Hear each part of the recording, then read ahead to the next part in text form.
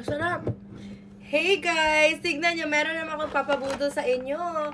Ito ay boba. Ito ay crystal bubbles. At ito naman is magic balls. Pumuputok-putok sa bunganga. So gusto natin mga pumuputok-putok na boba. Ito ay apple. Meron din ibang grapes, lychee, strawberries. Pero sa akin is apple. Ito siya, dinirect ko na siya sa fridge. Para hindi na ako mag-add ng ice. So, ganito siya. Ganyan. Hindi ko naman siya, konti lang kakainin ko. So, ganito siya.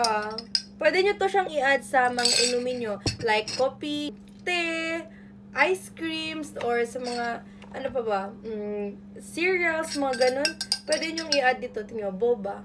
Pumuputok-putok to sa bunganga. Ang sarap. Lalo na pag, ngayon, mainit kasi. Kasi ito nilagay ko sa ref. So, refreshing kasi malamig siya. So, ito ganito siya. Ang sarap.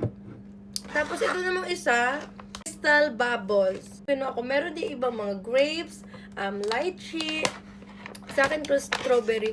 So, ganito siya. Tignan nyo. Pwede nyo siyang direct kainin or i-add nyo sa cereal, sa yogurt, na ito pwede.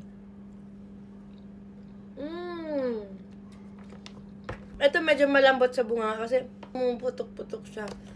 Ito naman, sinong mahilig sa nata de coco? Parang ganun yung ano niya.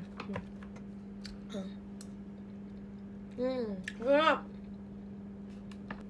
Masarap. Ilagay nyo sa chiller. Sarap.